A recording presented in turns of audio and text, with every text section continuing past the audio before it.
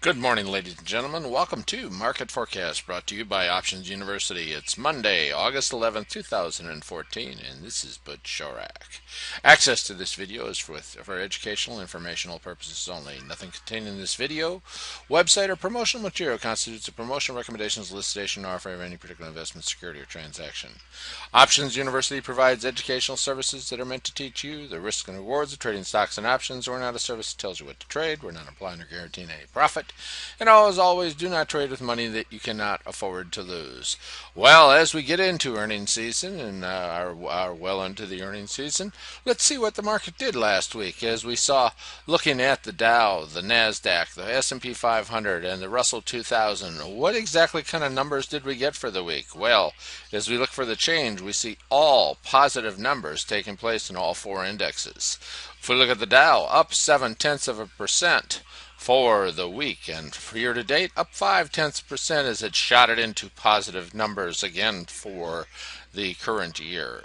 Looking at the NASDAQ, our tech-laden index was up 2.2%, leading the way and giving us a total for the year of up 6.9%. S&P 500 up 1.2% and giving us a year-to-date percentage rate of 5.8%. And finally, the Russell, still in negative numbers for the year, as it has certainly been our laggard all the way along.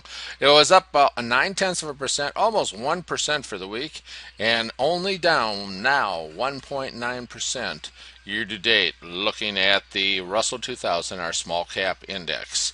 Let's take a look at the economic announcements and see what took place last week. And let's see what's coming this current week. Looking at the announcements, not a very heavy week as far as any announcements that are coming out. Monday basically has not a thing that we're interested in. Looking at Tuesday, we've got CPI and we've got housing starts taking place both before the market opens on Tuesday morning. So that'll be some interest to the overall market. Looking at Wednesday, absolutely nothing except for FOMC minutes coming out at 2 o'clock, which really has been no big change as far as moving the market in recent years. Looking at Thursday, August 21st, it's the day where we have the most happening for the week, and there could be a little hesitation as we go into that with the jobless claims coming out weekly at 8:30, which they do every week, and we'll see exactly what's happening to our employment numbers. The Philly Fed survey coming out at 10 a.m., along with existing home sales, and our monthly report of economic leading indicators, making Thursday the bonus day of the month as far as economic announcements. And if we look at Friday, August 22nd, it looks about as bare as a cupboard could be. So Thursday, the big day as far as economic announcements, looking at the market, and let's see exactly what happened to the market last week as we moved into a positive week. And so let's take a look at that chart. Looking at the SPX, you see that the 30 and the 50 looks like it's getting ready to cross over, and we'll see whether we keep increasing right on up and whether we end up with higher numbers. We're well above that trend line that we talked about. We're now basically right at that 30-50 day moving average, and we'll see if we're headed up for those previous highs that took place in July, and see if the market continues on up. Not a big surprise for the week as we looked at an upward trending market, as we did have what we would call a normal cyclical pullback, which we see in the market continuously. All right, let's take a look at the SPX at a little shorter time frame, looking at a 1 month chart and looking at Monday, Tuesday, we saw they were relatively flat, basically opened about where they ended. Nice up day on Wednesday, a nice up day on Thursday. Market showing its kind of resiliency that we do expect out of it in these Fed-friendly times.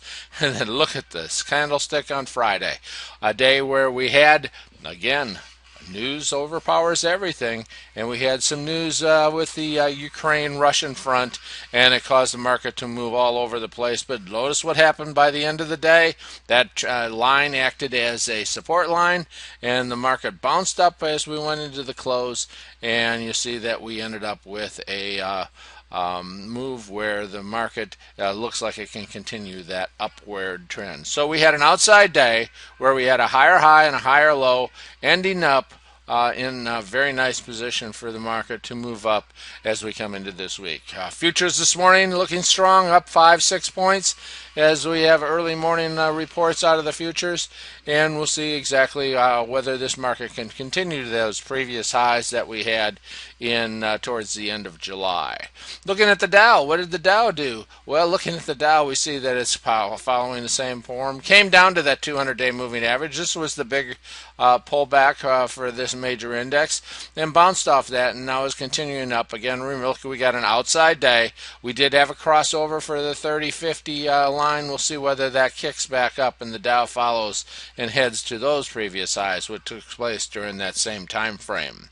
NASDAQ, which has been leading the market up in our tech-heavy laden index, look at that. We're really already at the previous highs in July and looking for new highs coming out of the NASDAQ. We'll see whether we stall a little bit here or continue on up for the NASDAQ leading us to new highs this summer.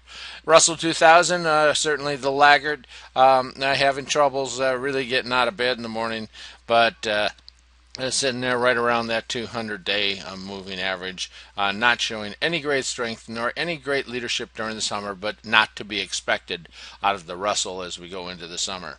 Let's take a look at the VIX, and we see that look at the VIX on Friday with that news that basically ended up being a non-event, and look at that range for the day. 3 points out of the VIX as far as range for the day as we saw that news come across the ticker tapes. Now let's take a look at some of our ETFs to see what some of the other markets did during this a little bit of a tumultuous Friday and a week that continued up just as we expected it to. Looking at the bond market, we look at TLT, our ETF for it, and it just shot up to some movement to safety in the bond market as we continued up with the market, and basically that taking place most likely because of that international strife. What has gold done during this entire time? Has there been any flight to safety there? And we see gold not showing us a whole lot. A big gap down in the morning and then kind of continued back up to where it was. So gold not showing us a whole lot at this time. And finally, what kind of volume did we have? Well, of course, what volume would you expect when you had that big candlestick on Friday? That was our high volume day. Speaking of the rest of the week, the volume was paltry as the market continues its climb back up in this Fed-friendly market. All right, that tells you what the SPY did. Look at that volume on Friday as we saw that big news cross the ticker tape. All right, looking at the financials, we saw the financials again had a bit of a volume, and we see that it continued on up, having an outside day, but didn't finish as strong as the overall market. Again, we're at this kind of crucial point where the 30 and the 50 are crossing over. We call that a death cross, and we'll see if it continues on up or if the market does decide to go up and retouch some of those previous highs that took place earlier in the summer. All right, and so we're looking at oil. Oil does what oil kind of does in the month of July and August. We see this bit of a pullback as oil continues down, not showing us any great strength at all. Oil pulling back. All right, looking at our stocks to watch. For those of you that are gold members, stick around. We'll go through and see what effect the overall market basically heading up. Big day on Friday as far as volatility and VIX, and we'll see what these stocks did, which were our market leaders, and which are the ones that are our horses that we want to jump on, either to the upside or to the downside. One of the advantages of being an option trader is you don't care which way it goes, just that it goes the same way that you're on top of. Or if you're a more sophisticated option trader, you don't care which way it goes as long as it doesn't go too far. So with that thought in mind, this is a Market Forecast brought to you by Options University. It's Monday, August 18th, 2014. This is Butch Shorak, and thank you for being here.